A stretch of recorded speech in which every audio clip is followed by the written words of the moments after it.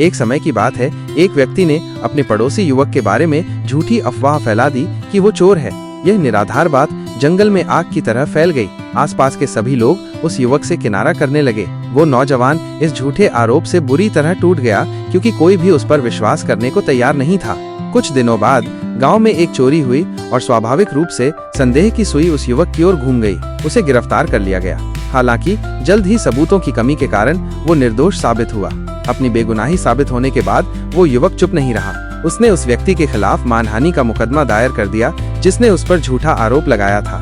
पंचायत में सुनवाई के दौरान उस व्यक्ति ने अपने बचाव में गांव के मुखिया सरपंच से कहा, मैंने जो कुछ भी कहा वो सिर्फ एक मामूली टिप्पणी थी। मेरा किसी को भी नुकसान पहुंचाने का कोई इरादा नहीं था।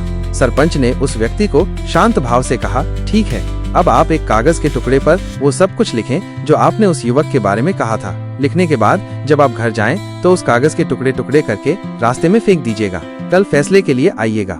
उस व्यक्ति ने सरपंच के कहे अनुसार ही किया।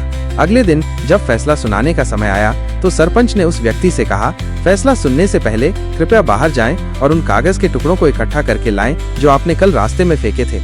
वो व्यक्ति हैरान होकर बोला, ये मैं कैसे कर सकता हूँ? हवा उन टुकड़ों को कहां से कहां उड़ा ले गई होगी। अब वे मुझे नहीं मिलेंगे। मैं उन्हें खोजने के लिए कहां कहां भटकूंगा।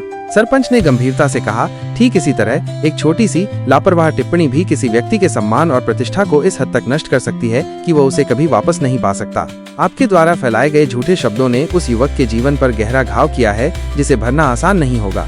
इस कहानी से हमें ये शिक्षा मिलती है कि हमें अपनी वाणी पर हमेशा नियंत्रण रखना चाहिए। किसी के बारे में कुछ भी कहने से पहले हमें अच्छी तरह सोच विचार कर लेना चाहिए। यदि हम किसी के बारे में कुछ अच्छा नहीं कह सकते तो बेहतर है कि हम चुप रहें। हमारे शब्द बहुत शक्तिशाली होते हैं